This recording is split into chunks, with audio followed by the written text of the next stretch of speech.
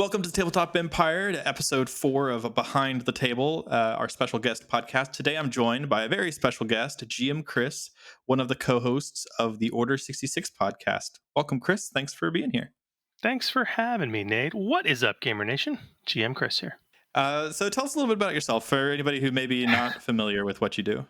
Yeah, from a gaming standpoint, I'm, as you said, one of the co-hosts of the Order 66 podcast, which actually started, I'm trying to do the math in terms of years. It was January 2008 is when the podcast first started. So that was so long ago that podcasting was still like a new thing. You know what I mean? Like there were podcasts, but it wasn't like, it was before three white dudes with an opinion could just have a podcast. That was like that happens. No. Like you get a beer in your hand, you get a podcast. It didn't happen. So yeah, we at the time there was a new role playing game that had recently been released by Wizards of the Coast for Star Wars. It was a D20 system. It was of the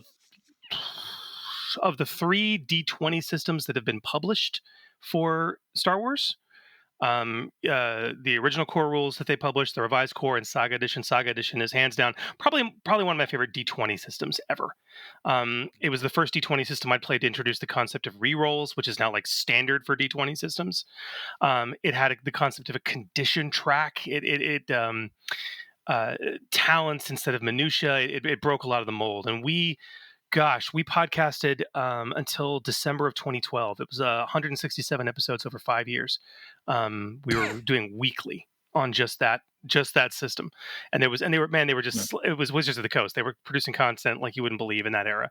So we had a lot to talk about. And as we started that podcast, we started a podcast network. Again, it was kind of a new thing, and people weren't doing it. So there were a lot of people that just didn't quite know how to get their message out or do cross-pollination. And so we started a little just cross-pollination network called D20 Radio, which has had dozens of podcasts come and go and pod fade, and even a couple that have found success and left to leave our network and go actually do their own big thing on big networks. Great, good for them. Yeah. And so D20 Radio has also kind of existed to be that sort of home for misfit toys for those that are really looking to get into gaming podcasting. And then, to sum it up, when the license got sold by Wizards of the Coast and picked up by Fantasy Flight Games, with our connections in the industry, having known people through podcasting and others, we kind of picked up a little early that it was going to be happening. Got ourselves some NDAs, and we're basically ready at the moment the beta rules launched at Gen Con in 2012 with a brand new with content just to go over and start covering it. And then once we started playing it, that just opened the floodgates, man. And I don't need to tell you, like the narrative dice system, it changed the way I think about role playing games for the rest of my life, probably. Like hands down. Yeah. And so in December of 2012, we officially retired the Saga Edition show. The feed's still there. You can still find it. It's out there. All 167 episodes. And we started fresh with a new Order 66 podcast, which over the last 11 and a half years we've got 142 episodes out there, plus a little bit of actual play content, which is more y'all's domain. Yeah, kind of. Yeah, it's a new domain for us, but yeah, that's awesome. Speaking of D20 Radio and in D20 Radio fashion, I'm gonna go ahead and shout out a D20 Radio podcast that I guested on that dropped this past week. Me and Steve RPG. Oh, me and Steve talk RPGs. I'll throw a link down below. But Steve is one of the guys we got to hang out with a bunch of GamerNationCon. Super nice guy. Yeah. It was great to talk with him at 2:30 in the morning. So if you're an RPG neophile like me, where you just love playing everything you possibly can and getting your hands, and you've got a 3 bookshelf collection, that's the podcast for you. That's all they do. It's like we're gonna delve into random RPG 3700 today. Yeah. Then there's me. I just if ever I get given the option of trying to push for something, I'm like, hey, let's play Star Wars RPG, the narrative dice. Yeah. But then if I ever play anything else, it's typically because a friend is wants to GM something else. So it's like, okay, well, sure, we'll try it. Well, maybe we'll talk about that. This actually that sentiment actually led to the creation of Genesys, which is obviously Yeah. the generic system. It actually happened at one of the network's conventions where we were hacking Star Wars to play other genres, and that really got the attention of Sam Stewart. You've got Sam Gregor Stewart. You've had on the show, um, which was fun. So how did you get into Star Wars role playing like at the beginning? Well, man, my journey goes back to West End Games, and the D6 system. I was, I am a huge nerd, huge geek, as most of us are, and Yeah. I was 12 years old, and I had just become a boy. I was a Cub Scout, and I just become a Boy Scout, and it was my first Boy Scout camping trip, and I was in the back of this huge like Chevy Silverado van thing with a bunch of kids I didn't know, and I was like meepishly reading like covered like this like a dog-eared copy of The Hobbit that I was rereading for like the 87th time, and this older kid, he must have been 16. um he kind of looked over at me and he goes, "Hey, what are you reading?" And I just prepare. You remember what it was like before role playing was cool, before Yeah. any of our nerdy proclivities were cool. I was just Yep. preparing myself to get pounded, and I just sheepishly showed him, and he looked at me and he was like, "Cool." And that night, he and like five other guys dragged me into this tent and taught me how to play second edition Advanced Dungeons and Dragons, and that was my first foray. And I had been in love with Star Wars since I was a small child. The first movie I remember seeing in the theater, I'm dating myself, was Return of the Jedi in 1983. And so when I discovered that there was a Star Wars role playing game, that was junior high school for me. Like that was Yeah. seventh and eighth grade. Was playing that with my friends. So that's really where that started. Yeah. That's awesome. Yeah, I remember there's a lot of things where like nerd culture didn't really even take off until I want to say like 2012, 2013. Like the Yeah. YouTube slash Minecraft boom is really, I think that's really for me when I think I remember nerdy stuff being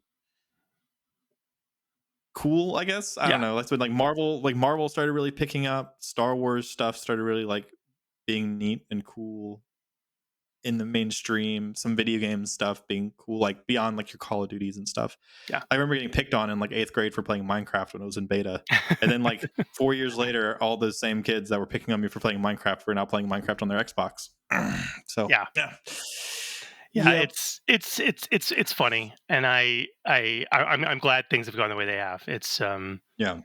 It's good, but I'm old enough and have been in this hobby long enough to have lived through a time where I was called a Satanist for playing Dungeons and Dragons, like having Yeah. lived through the Satanic Panic, which was boggling to me. But I mean, yeah. So yeah, When I everything's was a kid, it was things are better. Pokemon. Pokemon. Oh yeah. I wasn't So allowed to play Pokemon until I was in like middle school. So which just kills me. That absolutely kills me. So yeah, yeah. yeah, So you kind of touched on this question a little bit. Like, so you heard about the Fantasy Flight game coming before it yeah. dropped. Did you have concerns for the podcast? Like, if you didn't like the new system, Of and course. Uh, what were your initial thoughts when you tried it? uh, growing pains. Um, so to answer the first part of that question, yeah, man, we were like, okay, do we just start covering this? Is it going to be any good? No, this is Saga Edition is the greatest system ever. We're going to keep podcasting about that, and you have that going on, and then we just played it. There were some growing pains at first when you cut your teeth or playing D20 systems. Mhm. This game is so different in terms of the narrative dice mechanic. It's just like conceptually, even as a GM, how you structurally run encounters and what you expect, and yes and versus no but, and it's so yeah. It took a few sessions to finally realize what it was, and then once we got it down at the time, my co-host Dave at the time, that started the show with, we were just like like we were both running games in the new system to help beta test it, and we were both still running Saga Edition games, and we both of us independently reached a point where it was like, I don't want to run that old system anymore. I only want to run that. I'm having more fun running this, and my players are having Yeah. more fun playing this. It's more engaging. Even in the narrative dice version of the podcast. Uh, my current co-host GM Phil and I, we did an episode. I think it's in the 30s. It's called Kung Pao Chicken, which is all about how to convert the D20 player to the narrative dice system, and like all the hard Mm. lessons we had to learn and like ways to do it best. So, yeah. Yeah. What were the worries about like moving your podcast over to a new system? And like, did you have worries about like viewership dropping, or was the podcast solely like just a for hobby for fun thing, or were you kind of concerned about numbers and stuff too? At the time we started, nobody was concerned about numbers. The idea of ever making money at a podcast was laughable, Mhm. unless you were like NPR. Yeah. Um, so that never really entered into our heads. And then by the time it did, um, I won't speak for him, but I know my old co-host Dave. He used to get really stressed about it. Um, Mhm. and we both finally kind of had to come to this moment. It's like when we started this, we agreed we'd be happy as long as we had 7 listeners. Like that was it. Like we're just doing this for Yeah. fun. And it's like, and I've talked to other, and I've given a lot of advice to other podcast hosts, especially on our network over the years.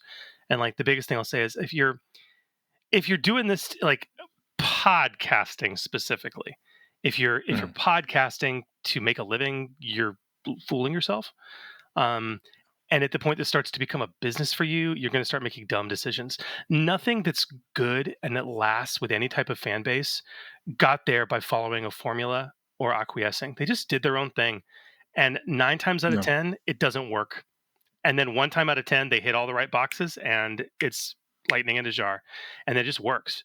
We got Yeah. very fortunate in the early years of Order 66, where we had thousands and thousands and thousands of regular listeners. I mean, come on, Star Wars role playing at the time it was a pretty big niche, um, Yeah. and that was huge. Like I remember the first time we crossed 5K like downloads, we were like, "Oh my god!" Like and like very few podcasts had that at that time. Yeah. But that was Wizards of the Coast. They were promoting it heavily. It was Star Wars. Um, After they canceled the line, I mean, we kept the podcast going for a good while, and we got down to where it was just, regularly, it was, less than 1,000 downloads.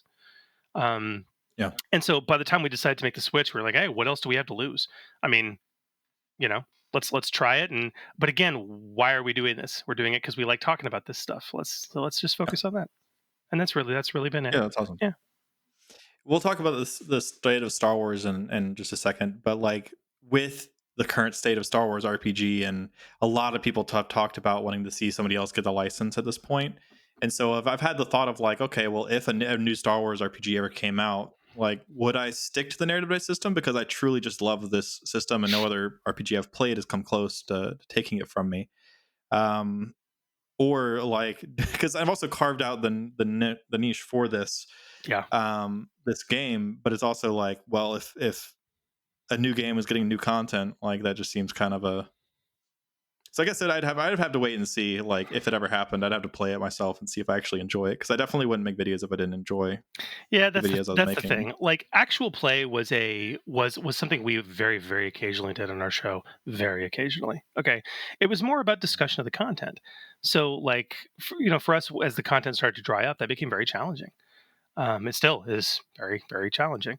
But if you're doing Yeah, actual play like Tabletop Empire, man, I mean you guys could be running West End Games D6 system and still be making amazing content. You know what I mean? And you would actually still yeah, have quite the fan base, actually, as well, because there's a huge fan base for that system still.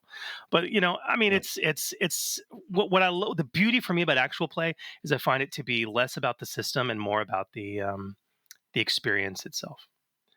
yeah. Which is do you know what the Ennies are? The Ennie Awards? I've heard of them. Yeah, Okay, so EN World, which back in the olden days was basically a forum for RPGs and a whole bunch of other stuff. And they're still pretty popular and pretty big.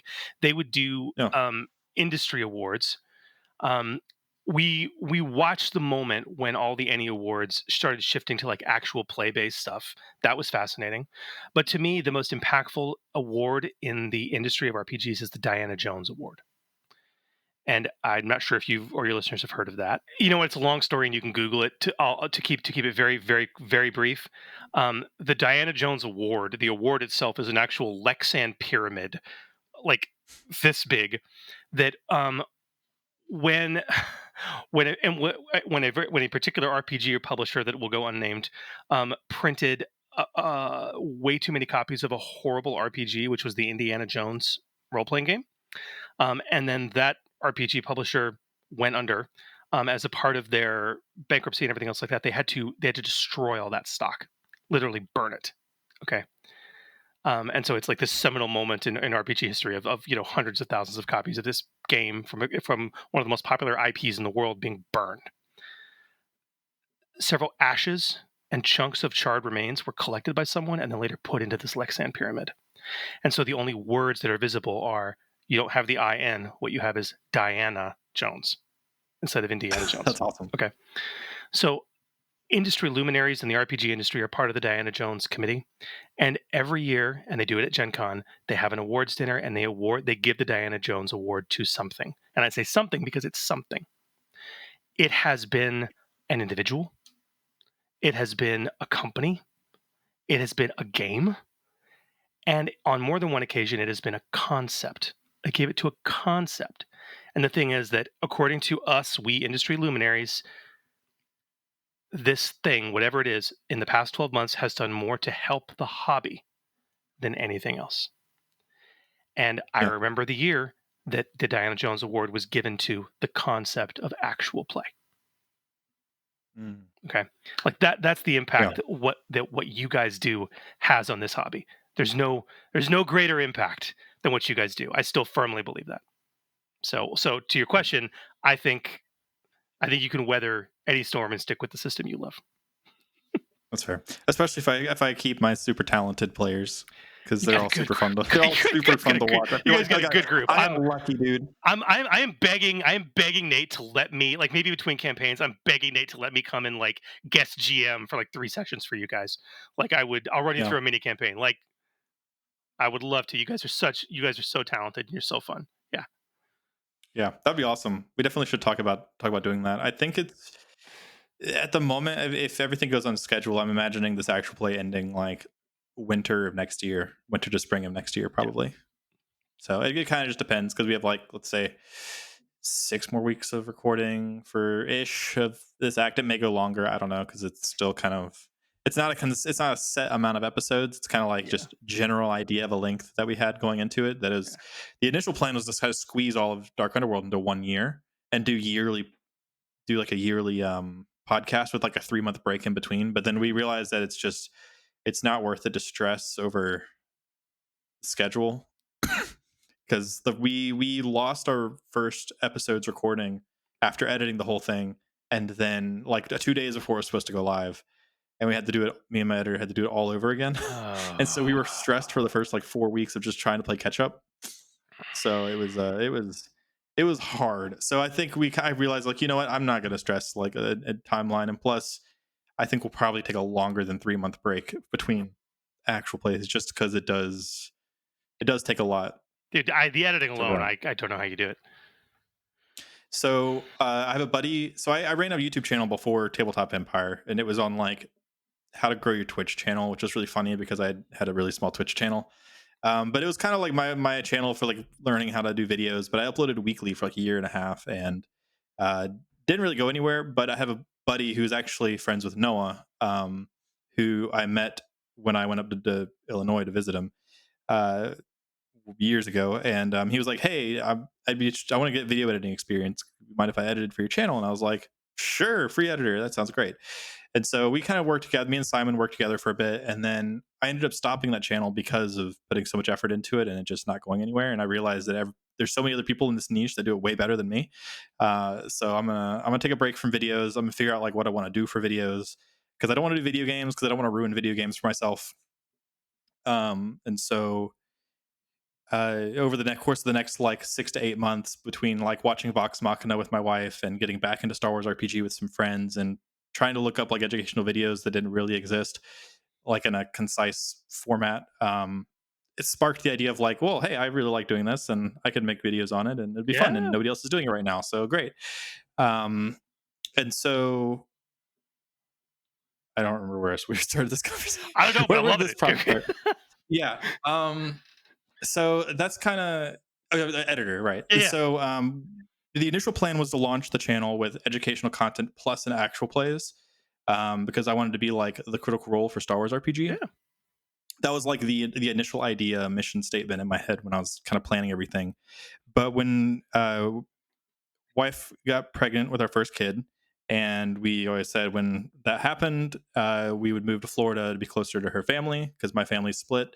So we're like, I guess we're moving to Florida, and so we moved to Florida and had a MiFi box for internet, which had like two like a T-Mobile MiFi, not like a T-Mobile internet. It's like the little thing that sits in your Oh window yeah. and gets like 2 megabits down and like 0.1 up. It took 8 hours to upload a single video on the channel. Couldn't video call anybody. If I had a work call, I had to turn off all incoming video to even get audio to come through. Wow. Working remote, so the actual play took a back seat for a little bit, unfortunately.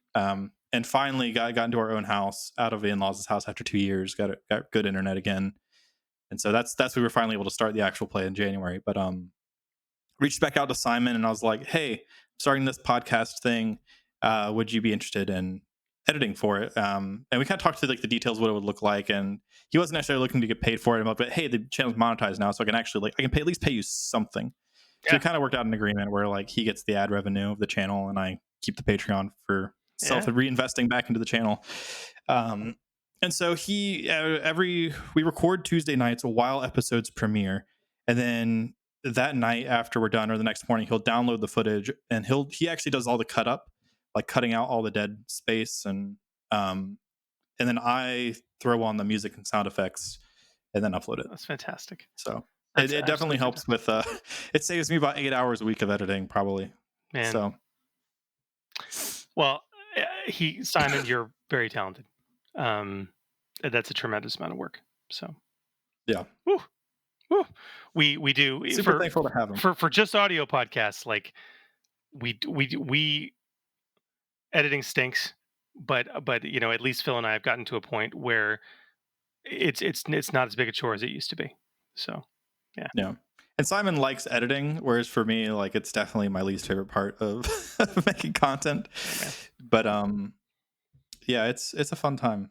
So that's definitely the stars kind of aligned with everything. Super thankful with like the players that wanted to play, and all being super talented and meshing well together, and Simon being available to edit, and finally actually being at a point where the channel's bringing in income. So I was actually able and doing a little bit to do a little fundraising to actually get Mm. people mics, cameras, so we're not playing on cheap little webcams and Yeah, no kidding. yeah. Very cool. So it's been fun. Very cool. Super thankful. Um, but let's talk a little bit about the state of Star Wars RPG a bit. Yeah, I don't know if did you end up watching the video with Sam I that I did. did? I did. Yeah. So that didn't get the best reception. So a lot of people think the game's dead.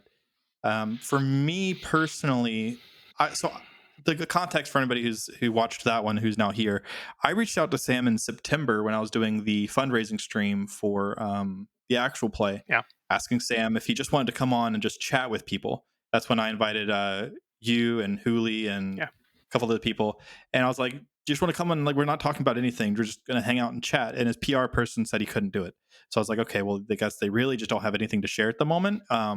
That they can share, and they really want to make sure that like they can't share anything. So like, okay, well, that's fine. And then after the Q&A fell through at the con because family emergency, I reached out to him like 2 weeks later and was like, "Hey, I know you were going to do a Q&A at the con. Would you be down to do it on my channel?" And he was like, "Sure." So I was like, "Great, that means he has something to share." And then what he shared was pretty much only reprints. So for me, that just speaks to the effort of the reprints happening, and it gives me a little bit of hope that like Yeah. reprints are actually gonna Yeah. the stock issues are hopefully gonna be coming to an end soon. Yeah. But I also understand being disappointed about him not being able to say anything else about anything. Yeah. So So yeah. let's you want to have a wide ranging conversation about this, and Sure. I'll get your viewers mad at me too. Uh, you spoiled babies.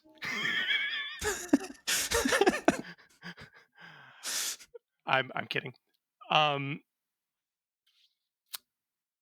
People don't understand what it actually takes to make an RPG, and people don't understand what it actually takes to work with Lucasfilm. So I cannot speak to anything that is going on at Edge Studios.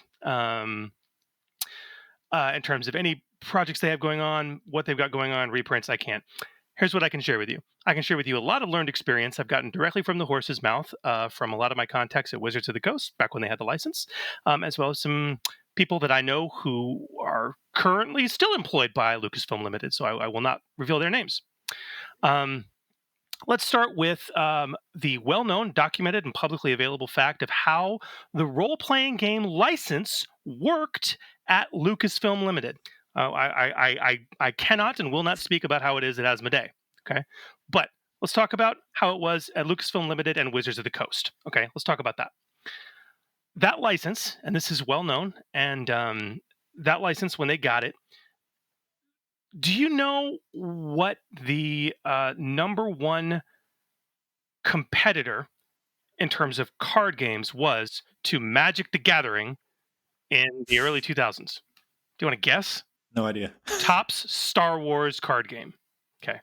Now, I'm sure that had nothing to do with Hasbro / Wizards of the Coast acquisition of the Star Wars license, considering Magic the Gathering. I'm sure that had nothing to do with it. But either way, they acquired it.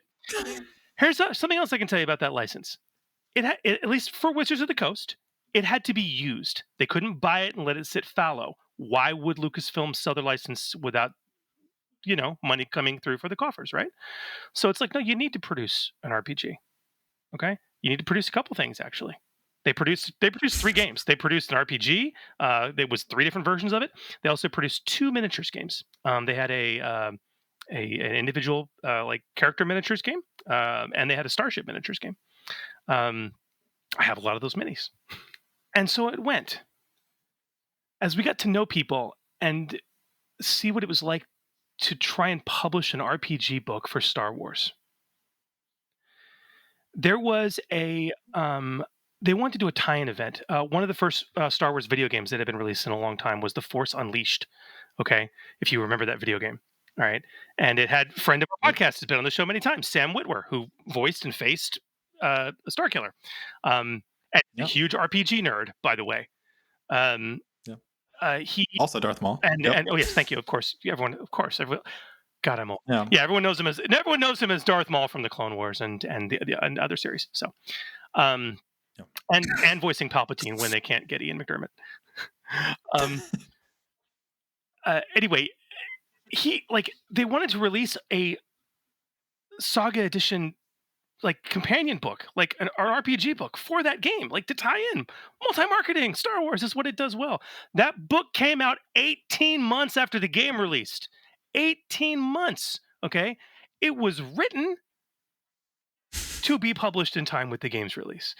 But Lucasfilm Story Group, the lawyers, everything else, it all has to be gone over with a fine-tooth comb.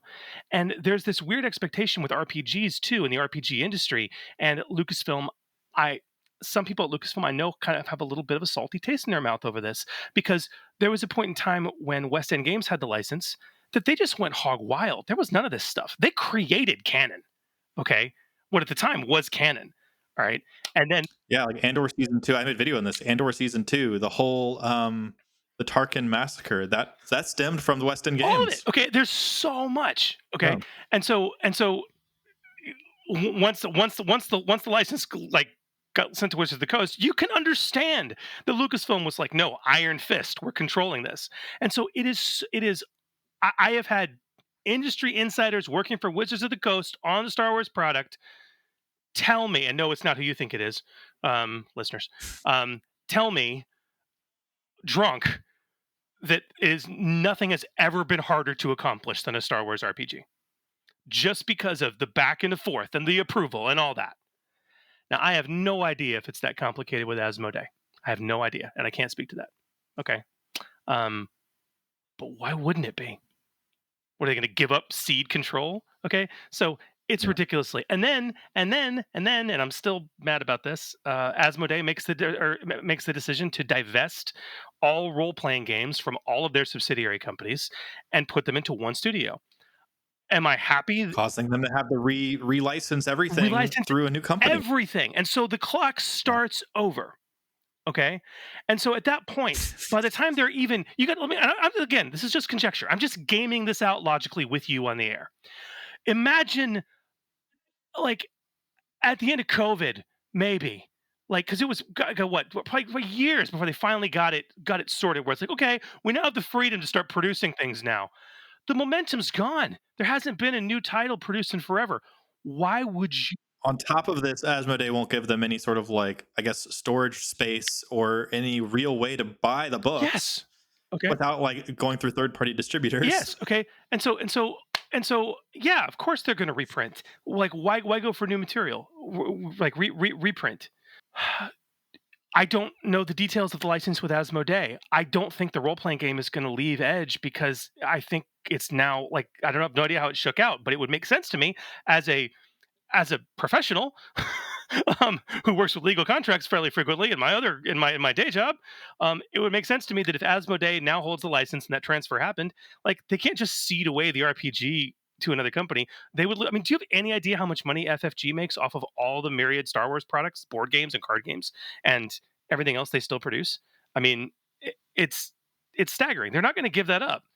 So if I was running things, they'd be like, okay, what's the minimum I need to do to hold on to the license? That's what I'm going to do because I'm not getting rid of the cash cow. I know, Yeah. just gaming it out. I hope, and here's where everyone's going to start to hate me. I don't want anyone else to hold the license. I trust Sam because he knocked it out of the park. Okay, I trust him. Yeah. I don't want anyone else to have the license. I'm fine with Edge having the license. I don't want them to make any more content for this system. I want them to make a new game. That's what I want. I have no idea if they're going to, but what's what I want. I want them to make a new game. I would love it to be Genesys style. I'd like it to be an advancement of the narrative dice system. That's what I would like. Yeah. Um, Yeah, like a new, yeah, and everybody hating on Sam really irks me too because like I have heard from Sam and Keith and you and other people like all of what they have to deal with, and it really isn't his fault. And so for me, I like to place like 80% of my ire on Asmodee. One for like initiating the transfer, two not giving them the resources they need to really like make these books available to buy. Why not let them set up a website that you can just like add to cart, print? Well, so many people commented about printing on demand. Why can't you like just print on demand or something? Something. Let us get like people buy the books. We don't need new Star Wars RPG books because there's like 50 something books. I tried to put together a video last year of after my video with Sam of like predictions on what the project that he announced could be. Yep. I was like, a 2E, an Old Republic, a New Republic. I would love a 2E. I would love That's it. all that's I would left. I would love it. I would love it. I mean, we like those of us in my inner circle, we're already hacking Genesis to play Star Wars. Okay, we're Yeah, already using the talent pyramids instead of talent trees. We're already running the Force like magic in Genesis. Okay, it's so much more yeah. flexible. And even if you don't like that, no one, not even you guys, should be running Starship Combat core rules. You should be running Genesis Starship Combat. And To show you how little I actually go over Starship rules in Star Wars RPG, like I try to avoid Starship combat, but I read the Genesis rules recently for it, and I honestly can't even remember what the difference is. Like it seems like it's oh, worded simpler, but I know Genesis is a lot probably tougher. it's probably way better. I think it's just That's a because I don't show. look at Star Wars RPG enough. It's like, oh, because it's the same idea. It just seems That, simplified. that's Like they that's a got whole rid of a that's a lot of whole the. show. And if you want to have me back and we can invite Phil too, we can come on and we can do nothing but talk about vehicle combat. We can talk about what it is, why it sucks, and how you can make it better if you're running it. We can do that. Yeah, that'd be dope. We should Like, 100% do but that. that's a long. Um, I mean, yeah, that's really kind of that's kind of the state of it. And like people griping, it's like you're griping. You have no idea how complicated and difficult this licensor is. One, two, Mhm. you have no idea how complicated it is to make an RPG. And three, oh yeah, the other thing I hear constantly is complaining about PDFs. Why can't I get PDFs? Why can't I get PDFs? I can get PDFs of everything else in the Asmodee table, but not this. Why don't they do PDFs? Why don't they do that? Is not up to them. Yeah. It's just not. The licensor has to give you the ability to do that. And I can also I will say, in that regard, at least most people I've heard comment about it know that it's out completely outside of Edge's yeah, hands. It's outside of Sam's hands. They just like it just kind of sucks, but it's unfortunate. yeah, And because it just sucks, even though it's not their fault, we're still not going to play the game because we won't play a yeah. game that doesn't have purchasable PDFs, which using PDFs suck. I don't. Can somebody in the comments like let me know why do you like using PDFs? They're awful. I used the PDFs that kind of don't exist for one of the books before I was able to actually buy it, planning on buying it, and I was like, I could not wait to actually just buy Force and Destiny because I hate using the PDF. Yeah, it's awful. Yeah, and like the I have no idea why they still don't allow it. But back in the Wizards of the Coast days, they didn't allow it because lawyers decided that a PDF for a role playing game was considered electronic gaming, which is covered under LucasArts. Do you know why they won't like even have a talk about updating this thing from the 80s? Who knows? Who knows? It is frustrating. I wish that like people who, if you do enjoy PDFs, I wish there was the option for you to buy the PDF. I get it. But for me, using them actually kind of sucks. But I understand some people might actually prefer them having they have their laptop at the table and nothing else.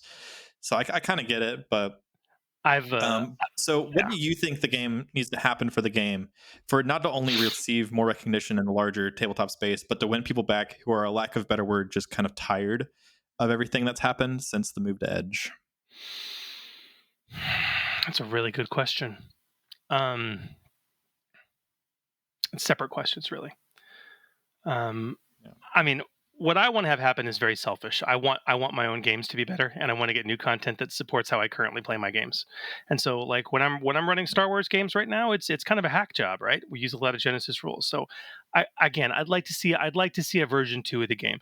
I'm sorry, if Wizards of the Coast can spit out 3.5 or 4.0 or 5.0 or D&D Next, whatever they're calling it now, whatever this new version is now, and essentially see very little change between games. Well, 3 to 4 was a pretty big change, but you know, at least with the last edition and the current edition, okay, and they can make a marketing event out of that. People just like new, okay. They just do, okay. They like new, so I think a new edition would do wonders to, because it's something, and like especially working in tandem with LFL if they're able. Lucasfilm literally created the concept of the multi-marketing bonanza, the multi-channel marketing bonanza. Okay. And you know, you get it teed up, tie it to a big release, and go nuts. I think, you know, I think the blueprint's out there right now to make the game incredible. I personally am a fan of the Genesys talent pyramid. For new players, which this is the thing about Star Wars. Star Wars is the game to bring people completely new to the hobby into the concept of role playing, because it, as an IP, it's a unifier. Okay, Genesys as a system is not something I would use to teach somebody how to role play, because especially with things like the talent pyramid, it's very finicky. There's so much to do. One of the beautiful things about Star Wars for new players is like, oh no, this is a talent tree. Okay, look, you can go here. It's a skill tree.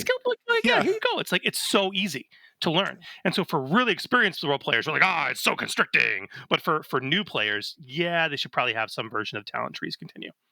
I think the talent trees are actually the second, like they're the second weakest part of the system. Like for example, Mott in our actual play, his tree is the gambler tree.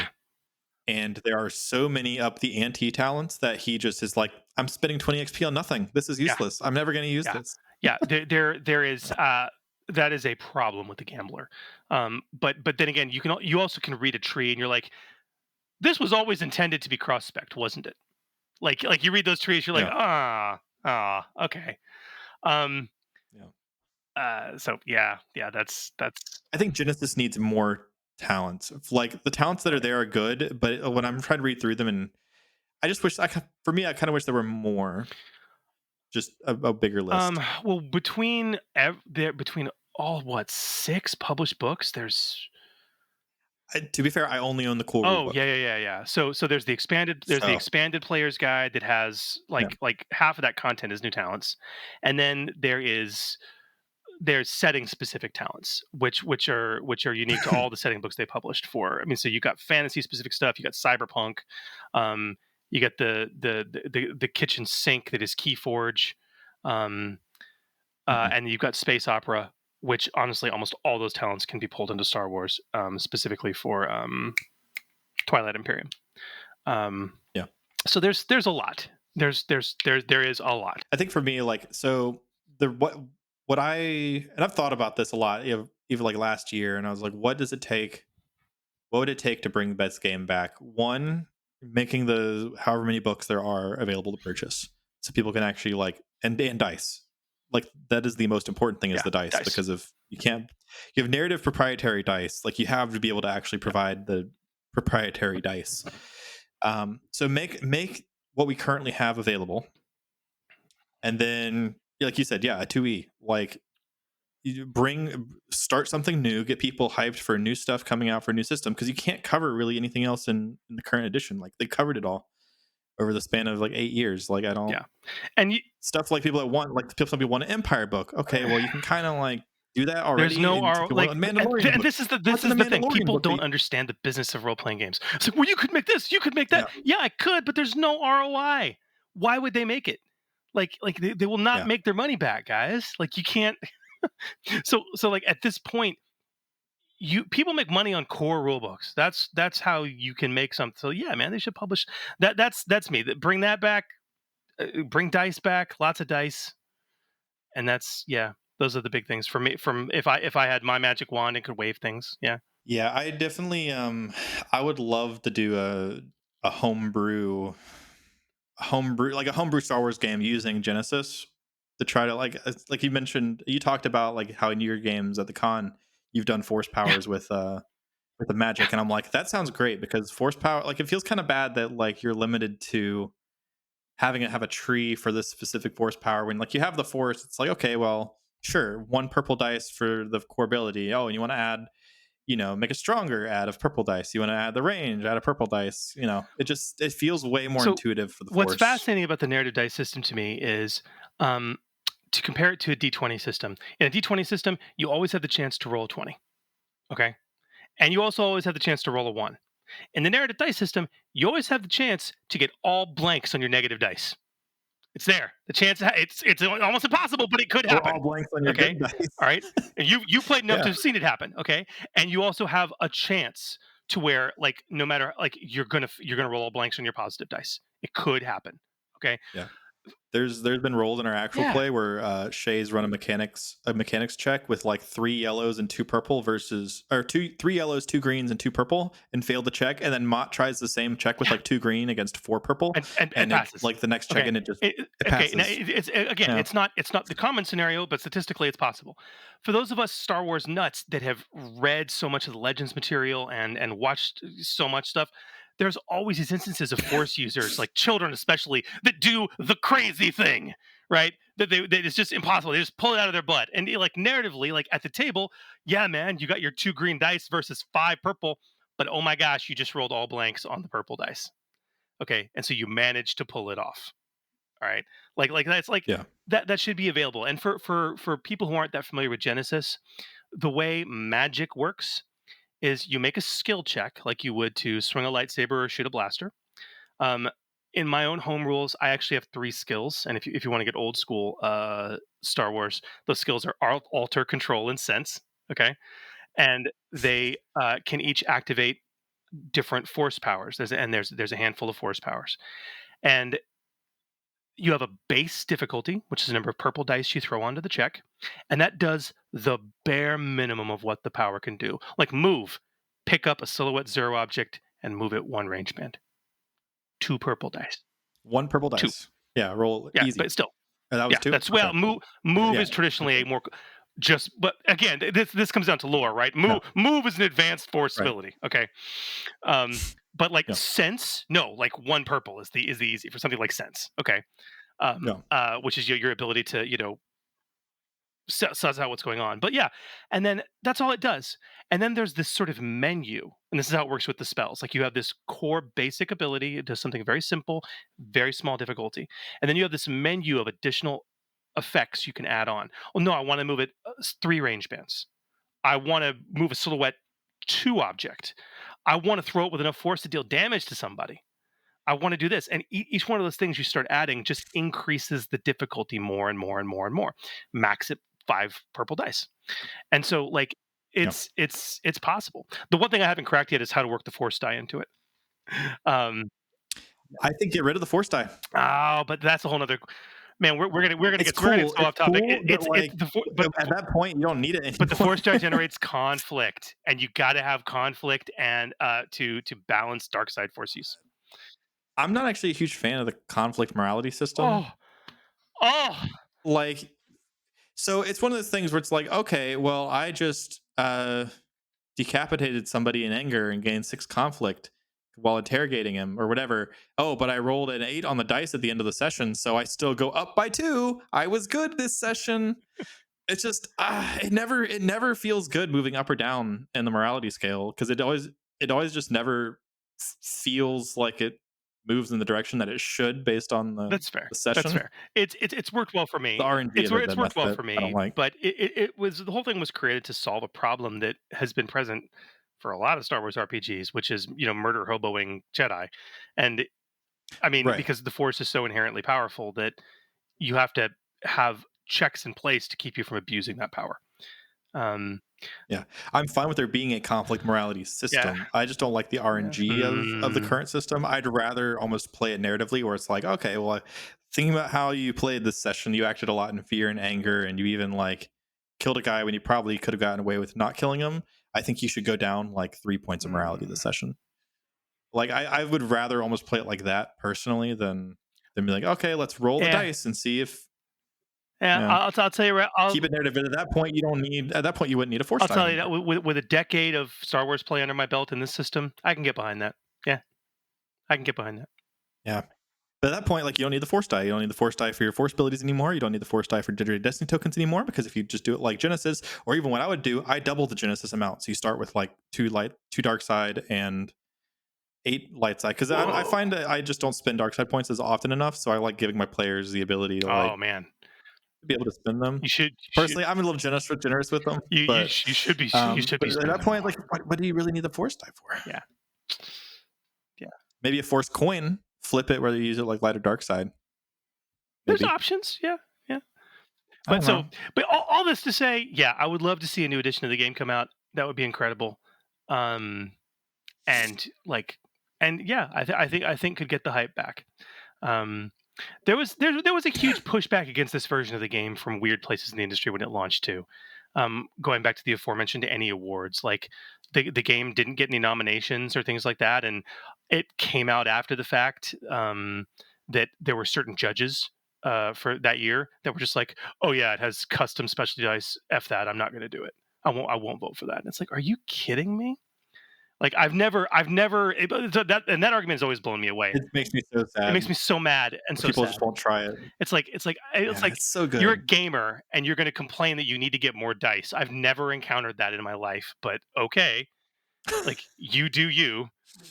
Um, Yeah. yeah, And because especially because the system's so I homebrewable, like, know okay, so sure, it's only for Star Wars. Now they have Genesis, so now you can really run it with like whatever anything, system pretty easily. anything. Yeah. Yeah. Yeah, yeah. It's a fun time. It's a wonderfully fun time.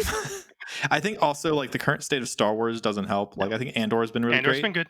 but I think I don't know. Nobody's opinion is wrong, but I think it's not controversial to say that the majority of Disney Star Wars has been painfully mediocre. Not terrible, not amazing, just some great moments, a lot of really kind of blah. Um, like Ahsoka was okay, Kenobi was okay, Like Boba Fett kind of like okay. ironically, I don't know. Okay, so and this is me talking. Boba Fett had a real lot of bad, but it also had a lot of good stuff too. But Well, it you and also I had can a lot agree of to bad disagree stuff. on that point. I thought So Boba Fett was awful from get one to get go. But really, I loved the first 2 episodes, and I loved the Mandalorian episodes, yeah, those and the yeah, rest of okay. them were, The and the other four Mandalorian kind of were episodes weren't terrible. even Boba Fett episodes, and that's part of my problem. It was the But Mandalorian. yeah, yeah, Yeah, it was there's that. So Boba, I couldn't yeah, stand. Ahsoka, I enjoyed some of it, but I was bored. I was so bored, yeah. and I was And the most enjoyable stuff was fan service for uh, me. Like David Tennant's one of my favorite actors, yeah. so loved seeing him. Uh, Clone Wars Anakin and Ahsoka. That was That wa fantastic, but it's still kind of that was all fantastic. fan service. That was fantastic. But again, it was those fan service moments. When I will say I got like I was talking to Phil about this when when the flashback happened where they got I forget the young actress's name. She was young Gamora. She was in the Barbie movie. Um, Yeah, anyway, she I know who she you're talking played about. young Ahsoka in that flashback. Okay, and like Mhm. seeing her with Anakin, like watching the cartoons, you don't. You're like it's like that's a child soldier. Like that is Yeah, horrifying. I can't. But like you know it, but you don't know it. And like I was like that. So yeah, that was really really that was very impactful. The first couple seasons of The yeah. Mandalorian were good, for me at least. Um, I The Acolyte was a missed opportunity in a lot of ways. Um, For me, it just my biggest gripe with the Acolyte isn't even the kind of mess story. It was that a vast majority of the characters were just either really boring or really terribly acted. mm, Like it felt like I was watching a Disney Channel like Camp Rock level of level of production and acting yeah, for most of it. Like I could not stand the main chick, like Osha May. I thought the acting was pretty awful. The character was pretty annoying. yeah. Soul was great. I liked So Soul. he was Huh? okay until, but Yeah. I think like first half I was like, wow, that's the Jedi. That's the prototypical Jedi. That's like Kenobi level. Cool lightsaber Cool. fights. I'll give it Oh, that. dude, the Amazing action was lightsaber incredible. choreography. Like the best Yeah. lightsaber choreography since the prequels. My thing is this: I have enjoyed everything they've released in some degree. I'm Mhm. not gonna but I'm a Star Wars fan. I'm not gonna sit here Yeah. and dog on it. I mean, it's Star Wars content. I've I'm old enough to have Yeah. lived through a time where we were Yeah. begging for Star Wars content, and now it's like Yeah. ah yeah Yeah, I think for me it's like I've found aspects of everything that they've done that I've loved. But like there's only been one I guess two projects that have been on like the oh my gosh, like this is actually like just as amazing to me as like some of the movies and stuff, and that was like the first two seasons of mhm. Mandalorian and Andor. And Andor, yeah, And then for me, I pretend the sequels don't exist, but that's just me. And then everything else is like there's a lot of parts I liked about it, and there were a lot of parts I didn't like about it. Overall, I've enjoyed the experience, and I've watched everything, and I plan to watch everything that comes out. But it also it does feel kind of disappointing. Like for example, the Kenobi show, lots of great moments. But for every one like amazing moment, there seem to be like two really weird like writing decisions or just weird stuff that like doesn't that kind of pulls me out of it a bit, if that makes sense. Like for yeah, example, the Riva just showing up at the end of the other end of the tunnel with like, how did you even get there? Or them walking through the base with the trench coat, yeah. or oh my gosh, that guy died. We're so sad, but like we saw him for like a minute and a half on the screen. Why did Obi-Wan leave him alive if he resignated that Anakin and his friend was truly dead? Like there's just a bunch of other stuff that kind of pulls me out of it a bit, but like still the dialogue with Anakin and Obi-Wan was I think emotional damage. emotional damage. Um, I think Ahsoka is an exception, and I'll tell you why in a moment. But it's now public knowledge that like oh god, I don't remember his name. The former CEO of Disney, who was like, we got to make our money back now, and so Mhm. push through and the same thing happened with Marvel, the glut of content, the glut. Okay, to the like I actually fell off Marvel my with wife my that. wife I my wife couldn't too. keep up. um like dude, I love filet mignon, it's delicious, but if you shove it down my throat with a stick every day, I'm going to start to hate it. And that's I'm just going to want a hamburger. Okay, and that's yeah, and so they realize that, and so they've pulled back, and they're making the smart choice now where it's like we're going to focus on quality over quantity. Okay, which is right, which is good. Yeah. And so I think a lot of these things were an issue of, frankly, lack of quality due to too much quantity. And then when they Mhm. saw things were flagging, they started greenlighting stuff that is clear like Obi-Wan is fan service. It's just clear fan service. That's all it was. Okay. Yeah. I don't think Ahsoka was, because of the fact that I think it was just Dave Filoni's passion project, because Dave Filoni is Ahsoka's heart Yeah. child. And so, or Ahsoka I'll is Dave agree. Filoni's heart child. And so he was like, I have to But tell even this. with like some of those fan projects like Kenobi, it's like Riva really Yeah. didn't need to exist. Like we all really just wanted more Anakin We and just wanted Obi-Wan. more Anakin. We And just so wanted why more pad Anakin a and third of the Obi-Wan. runtime with another character that we're all like, it's I guess a neat character concept, but is really just taking away from what we want to see. I liked the character concept, but I actually until the very end, I thought it was a very smart writing choice, but that's just because when you have a bad guy like Darth Vader, the way to make that a reasonable story to tell is you introduce a secondary foil. And it's almost like a love triangle between people that hate each other. And that's so th- that that's a very clever writing device. But anyway, like so I'm kind of glad that they're going where they're going now. They caught lightning in a bottle with the first two seasons of The Mandalorian. They really did. Um, and Andor is just what happens when you take your time and you do it right. And you know, the other thing too, especially with sequels and things like that, these movies aren't made for us. I hate to say that. They're not made for us. It hurts. They're not made for us, but it's infuriating when like you see interviews of like, yeah, they had no plan Oh going yeah, into that's it. infuriating. Like they're halfway through filming Rise of Skywalker, still don't Yeah, know where it's going to that's go. It's infuriating. But like, George Lucas had no plan when he created the original trilogy either. All right, which is why yeah, Luke but and it's Leia still a make out in the cohesive second movie. story. It's still a cohesive So story. yeah, yeah. I don't know. But okay, Um, so like it's I don't know. I we put so much on this thing that we love. yeah, It's it's because we love, we because care. we love it, Yeah, we care. But like for me, the test for me, like the sequel I liked the most is the one everyone hated, and I liked it the most because I felt it took risks and tried to do something different, which I which Last was I Jedi. appreciated that. I appreciated Yeah, that about it. I'd say that's my favorite sequel movie as well. But everyone hated it, and I was like, no, I tried to do something different. Yeah, My kid, who's now 15, okay, she looks at the mhm. sequel movies with love. She has no because those the films she saw when she was a kid, and Yeah. yeah, I will say that like Force Awakens, I actually like that was the first one I got to see in theater like in person because I was just like barely on the cusp of being too young for the yeah, prequels in theaters.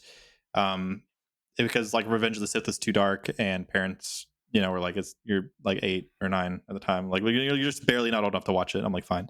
So Force Awakens was my first Star Wars oh movie in wow, theaters. Left it, and I was like, okay, well, I just waited 18 years for the a New Hope, but looks better, but slightly worse, yeah, than A New Hope. But I was like, whatever. Over time, I grew to be like, okay, it's not that bad. Um, like The Last Jedi, I loved it leaving the theaters, and the more I watched it, the less I kind of liked it. I kind of started noticing some of those flaws. The entire middle half of the movie is kind of terrible, but the I agree beginning with and that. ends are pretty great. And so overall, it kind of became like, okay, well, it's an all right movie, I guess. But I'm still kind of holding out on like the finale and see how it's going to play out. And then Rise of Skywalker does a lot of things that, to me, just kind of a lot of erasure of prequel trilogy lore, such as like Anakin being the chosen one, force healing apparently being so easy to learn, Yeah. and stuff that it for me. So the Rise of Skywalker just kind of tainted the whole trilogy for me, and it takes away from the first 6 for me And that, personally. that's what I So think is so infuriating about some of the decisions I think LFL did or certain people at Lucasfilm did, which is there was almost a conscious effort to erase the prequel trilogy. And because there's thank you Red Letter Media, there is a whole generation of people my age that like the way people your age and younger trash the sequels, people my age and a little bit older were trashing the prequels the same way. All right. And so it was almost like trying to do yeah, fan service to us. Like, yeah, oh yeah, it's all God, it's all we're not even gonna pay homage to it. yeah, Go spend money in the theaters, please. And it's like oh. And so yeah, yeah, like but people that are millennials freaking they don't have those same opinions of the prequel trilogy because that's the Star Wars they grew up with. A lot of them. yeah, So who knows what it's going to be like, man? Let me ask you a question. Did you enjoy Rogue One? yeah. Okay, Love it. Third favorite Star Wars movie. it's up there. It's top three for me as well. That movie came out when my daughter was 6, 7. Okay, Hmm. she wanted to go see it, and so with at that age especially, I went to go see it with my wife, and I'm like, let me make sure it's okay. And then afterwards, it was like, okay, there's some stuff in here, but I think she can handle it. I know my kid. I think she can handle it. Right. And we watched it, and she's very quiet when the film's done. And we're in the car, and 20-minute drive back to the house. And about 10 minutes in, she's very quiet. And I'm like, what'd you think of the film, sweetheart? And she was like, she just kind of nodded like this. And she goes, Daddy? I said, yes. She goes, how come when Jin and the man, meaning Cassian, because 6-year-old, it's Yeah. Jin. She remembers that name, and then the other guy is the man, right? Yeah. Um, Yeah. she goes, "How come when Jin and the man died at the end, how come they were happy?" Yeah. And I got to have a conversation Deep. with my 6-year-old. I get to teach my 6-year-old about the concept of heroism and self-sacrifice Yeah. because of Star Wars. The impacts these films have on us from a young age stays with us forever.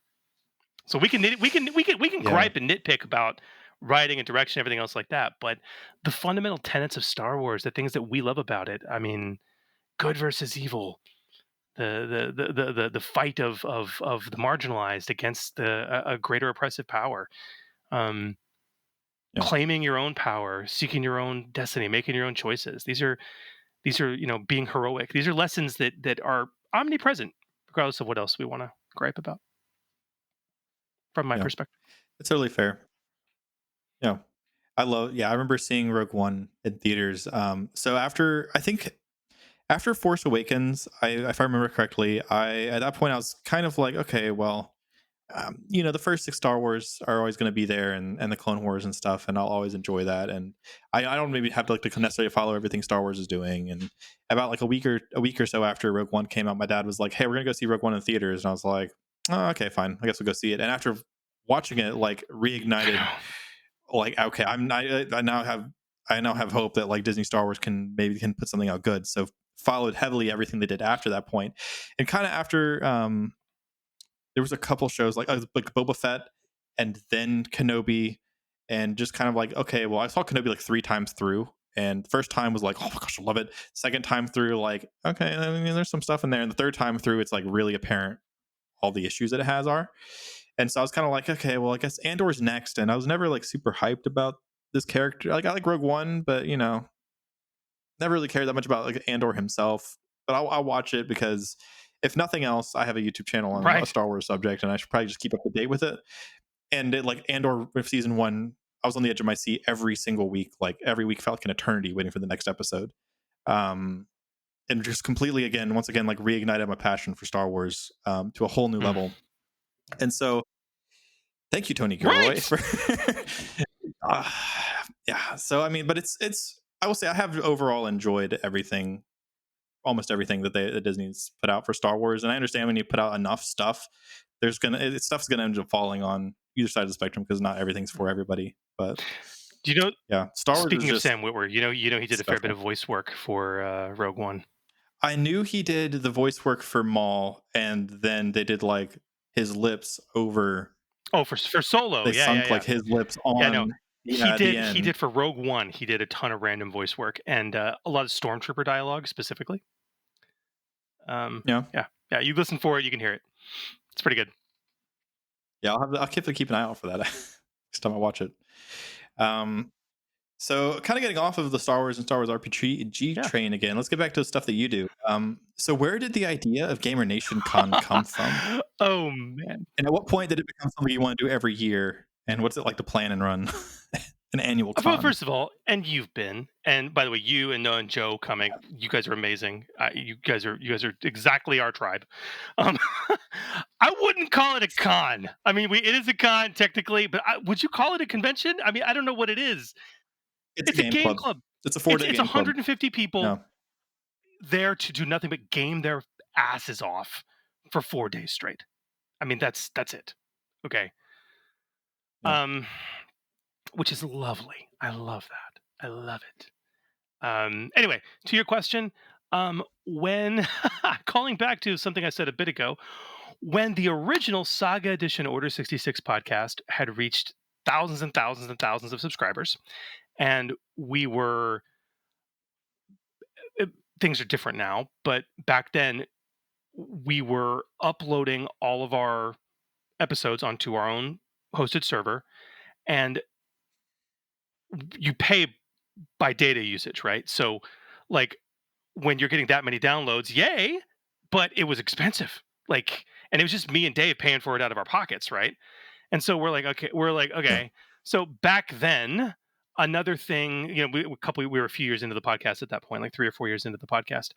Another thing that was relatively common now, but it was brand spanking new back then, was the idea of crowdfunding. And so we went to Kickstarter and we were like, hey, we'd like to raise $1,000 to produce the next season of the Order 66 podcast. It'll allow us to buy actually a couple new mics, and it'll cover our server costs for a year. like, could we do that? Yeah. Um, and we started researching what you would do to make a successful Kickstarter. And we were like, oh, you got to do this, you got to do that, and you got to have stretch goals. You got to have stretch goals. And so we were like, okay, if we hit $2,000, we'll add a new segment. If we do this, we'll do that. And then like you got to have some pie in the sky. We're like, if we hit $10,000, we'll throw a convention for D20 radio podcasts. We'll just throw a convention. All right. If we had 10 grand. Well, the Gamer Nation, which is the name we've given to our audience on the Order 66 podcast since episode 1. And it has now morphed to becoming the D20 radio community. The Gamer Nation saw that and I guess took it as a challenge. So we hit 10K within a week and a half. And then it was like, oh God, how the hell do we make a convention? Yeah. Although it has changed locations, the concept is still the same. You've obviously been and you saw the venue. There's this venue near us that is literally a board game club. They have just under 4,000 titles on hand and just a bunch of table space. And we would go there and play. And it was like, hey, could we rent this location out? They're like, yeah, we do that often, actually. We're like, okay, great. It's like, that's very reasonable. All right, we'll do it. And so, yeah. And the first one went off incredibly well. We'd never intended to be a multi-year thing. And honestly, it just went off incredibly well. We created our own concept, which is the idea of in-convention achievements, our little achievement buttons. Yeah. Which can earn you cred that can stay with you con over con and get you like early access or registration and things like that. And then we blatantly, with love, stole a concept from Reaper Miniatures, which was the idea of the auction and earning. They have a thing called Reaper Bucks, and it's again every event you participate in, you get Reaper Bucks. You use them at a big auction at the end of the con. We're like, oh yeah, it's a GamerNationCon, so we'll do it at XP, so you get XP. And you guys talked about that, and yeah, it just went over really well. And people were like, look, can we please do this? Keep doing this, and we said, okay. And so we took a 2-year hiatus for COVID. But other than that, yeah, it's been. Congrats on 10 years or 10 Thank cons, you. by the way. It's huge. It's kind of wild. It's come and gone in terms of attendance. I mean, at our height, we were busting the doors of that joint. The fire code on that place is it's like 200, I think. At 200 people, Yeah. and when you get more than 150, it gets too loud for you to even play a game. So we've kind of had we've kind of had to cap it at about 100 at 150, staff included, obviously. And one of our guests of honor, RPG writer and contributor Sterling Hershey, whom you should reach out to and get on your show because he's a phenomenal guest and is the only human who has written for every Star Wars RPG that has ever been produced, all the way back to West End Games. Okay. And has forgotten more about Star Wars than you and I will ever know. Fantastic dude. He was our guest of honor one year, and he gave us a sage piece of advice because we were talking about, man, what if this expands? What if we advance? What if we start, do stars in our eyes? And he was like, you don't need to be thinking about that. Okay? He's run several conventions in his day, and he was like, you don't need to be thinking about that. He goes, you need to be selling out this convention months beforehand for multiple years in a row before you even think about that. That's good advice. Yeah. Do you want the con to grow Man, that is the question. That is the question. Some years, yes. Some years, I think it would ruin our little culture that we have. I mean, seriously, would it? Can you see it having the family atmosphere it does right now? If we had 1,000 people, I will say, like one of the hardest things about going for the first time was the fact that like there were a total of 4. Like, how many brand new people? 4, and we were 3 of them. So like everybody knew each other pretty much, and even like there's not people like, it felt like everybody knew each other, and so it could be a little feel intimidating at first, but I know that like I'm gonna try really hard to be back next year, and I'm gonna go back and I'm gonna know like all the friends that I met along the way Yeah, and now too. that's what's So weird. So we yeah, actually do an analysis. It wasn't four. We had of the because we had a this was a shallower attended year, and considering everything that's going on in the world, we get it. Um, like we have an international contingent that just didn't come. Okay, and that's like 30 people that just didn't come. Okay, yeah, and so all in, all done, I think our attendance was about 120 this year. Um, hmm and of those, 12 of them were actually new attendees, which that's not bad. okay, And that includes you three. But yeah, for yeah. the little gathering that it is, it's just fun. But look, it's cheap. You are going to game your faces off, and that's it's like that's the thing. The directors, we have to ask ourselves, like, what do we want this to be? It's an annual Yeah. place where people that love role playing games get together to do nothing but game their heads off. That's it. It's like, and do we want it to be more than that? I don't know. If you ever want a video for like what to expect for your first GamerNationCon, I will happily do that Love because I feel like that. that would have helped a lot too to like know. For example, like make sure you sign them for events because pickup like there aren't actually a whole lot of pickup games. Most stuff is pre-registered. Yeah, There is some yeah. There's pickup some. stuff, but like um kind of understanding the structure and the schedule of the weekend I will beforehand, I think would be gladly take you up on that. Would love to do that. Yes. yeah. And what it could also just not be for the channel. It could just be for you guys to be like, "Is this your first time? Check out Put it this on your link." channel, and then we can link to it, So and that would be fine.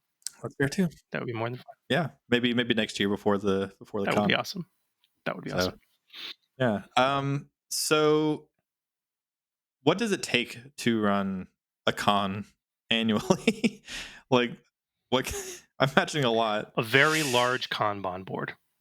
At this point, we've done so many things. There's just a massive checklist. We're very fortunate with the venue, but I mean, there's a massive checklist of about 300 things that have to happen, from getting swag ordered appropriately and sized to doing graphical design for XP tokens and new achievements and um, posters and everything else like that. You need a electronic system to manage event registration and badge purchasing and everything else like that. Um, tabletop.events, which we've been using for years, has been a lifesaver. It could be better, but there's nothing else like it. So that has been an Yeah, absolute lifesaver. But we've kind of gotten to the point now where we've templatized a lot of stuff, if that makes sense. Where it's like we just know what yeah, we need to do, and that we the three directors we just, you're taking this, I'm taking that, you're taking this, I'm taking that. These are our deadlines, these are our timelines, um, and that's what we need to do. The other challenge is fiscal. Um, we're COVID killed us. COVID absolutely killed us. We with the cancellation of the con, we lost a crap ton of depository money and other things. We had a nice little like nest egg saved up to where we didn't we were starting to not crowdfund it. We didn't have to crowdfund it anymore. We were just like, no, we'll just sell tickets, like, because we know we got a base that'll mhm. come and just do it. And so we had to go back to crowdfunding after COVID, just to make sure that we, I yeah, remember there was a crowdfund, I think for 8 and maybe eight 9, and eight and nine right? both. Yeah, And then we were like, yeah, with the money we were able to save to from those two conventions, to be like, okay, we know at the very least we'll be able to meet our venue payment. Um, if we get yeah, 50 attendees, we'll be able to make our venue payment. Then we're like, okay, let's, like, because dude, Kickstarter takes a lot of money. They take a massive chunk, and so it's like we'll go back to direct sales. And so yeah, we did that this year. We'll do it next year. Um, and yeah, and and kind of, yeah, kind of see where we are. And so yeah, there's that management of it. Taxes. You don't just get to take money and not yep, pay taxes on it. It doesn't work that way. And so then it comes down to, okay, yeah, when do you start selling tickets? When's the money collected? Um, versus when you're going to spend it, because then you can have offset from an accounting standpoint and pay less taxes. Yeah, it's the yep. stuff. It's the Totally stuff. get it. Yeah. So, but I've had a super fun time at the con, and I definitely, like I said, I definitely want to come back. And Um, you if I'm able to come back, I'll definitely take you up on your offer to run an RVG game. So, you guys are welcome, and I will all of you, and I will tell you right now, Nate. Like, for you and any of your listeners especially, like at this point, man, if you're willing to run a game, and we do a thing called the RVG, really valuable gamer, where people can pay an extra $30 to get a guaranteed seat at a game with a host they really appreciate, and such as yourself. um if you were willing to run a game, man, you'd have a badge waiting for you. You get yourself yeah, there, we got you covered. um and yeah, so we'll like absolutely. But God, it was so much fun. It was yeah, so much fun. I can't wait till next year. We have a Trek theme, um, which will be kind of fun. yeah. My buddy Noah's the Trekkie between Oh us, man, so he's a massive Trekkie. dude, and I'm already planning my So, Trek Genesis game. It's gonna be fantastic. Anything new planned for Order 66 podcast or for other projects that you're working on? Like what's going on with the Order 66 Man, podcast? What you working on? that is the question, isn't it? Um, so we've been running the narrative dice version of of this podcast for over 11 years now, 142 episodes. We were pretty darn consistent until about March of 22.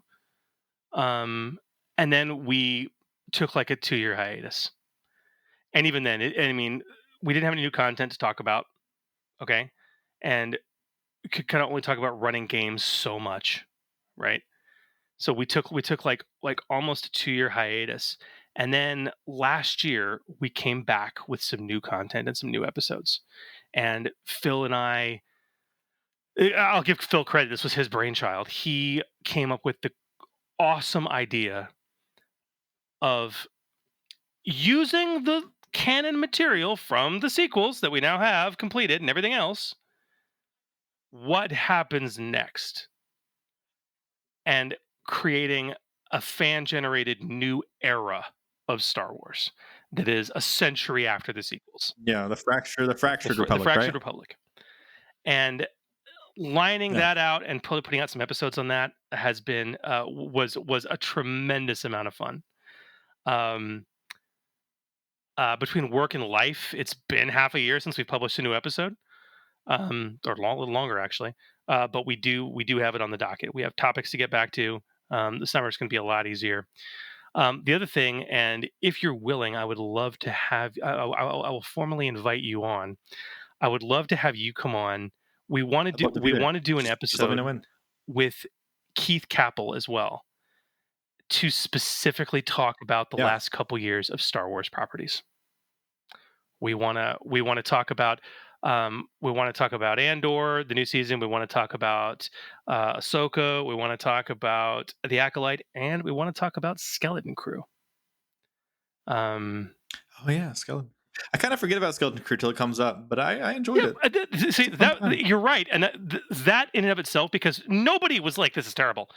It wasn't perfect, but people were like, "Okay, if Andor is a 10 and Book of Boba Fett is a 2, Skeleton Crew was the Phantom Menace of TV yes, shows for Star yes, Wars, where it was like it's very clearly for 10 year yes." olds.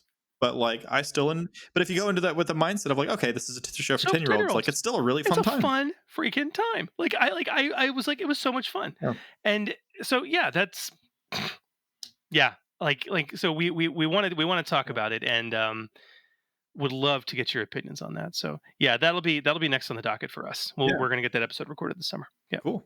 Sounds great. Any actual plays in the any mini actual play campaigns? Um, I've got an actual play I haven't edited yet, from a little while back. And Hmm. depending on you, I may not. We'll see how badly I want to edit it.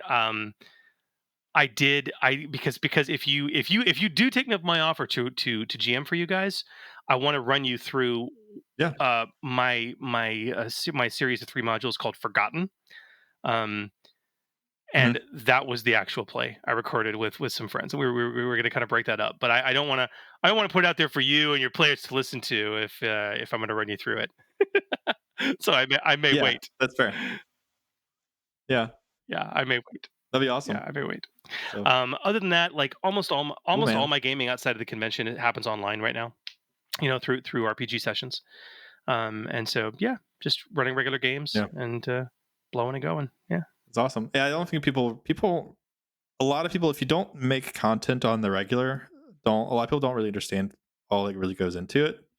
And the fact that like when you have been doing it for a really long time, like I haven't really hit that point of stopping or breaking, but I could totally see, The f- if I was doing it the for 15 fade. years of being like, yeah, it's just yeah, like I don't know if I need to keep up with it as much Yeah. anymore. I don't know. It kind of depends, but yeah, It's a lot. it's definitely it's a lot of work, and it never stops, and it never like Never fully leaves stops. your mind. It's kind of always that thing that's in the back of your head that you're thinking about. It's So always in the back of mind. And if you ever reach a point where you don't love it, don't do it because it comes out in the product. mhm, Any creative endeavor. yeah. If you're not in love with it, don't do it. Well, I appreciate you coming onto the channel and chatting for almost an hour and a half. Yeah, man. Thank you So for having me. it's been really This has fun. been a really good chat. I really appreciate it. I love Tabletop Empire. I love the work you guys do, and just keep it up. My God, it's like just please keep it up. What you guys do Yeah, does more to help this game than anything else, and like. I want this game to continue and survive in some yeah, form or fashion. I do too.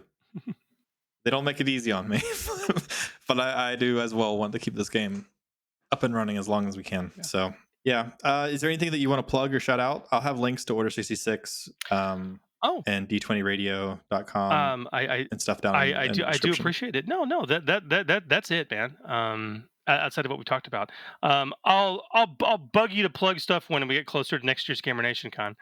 Um, how about that? Yeah, But no. Other than that, no. Just sure. happy to jaw about Star Wars any chance I get, man. If you guys enjoyed the video, be sure to blast the like button. Consider subscribing for more Star Wars RPG content. Check the links down in the description below for check out Chris and what he's working on.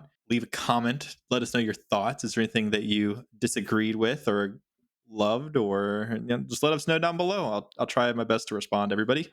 But I will see you guys in the next video. Until then, and as always, may the Force be with you.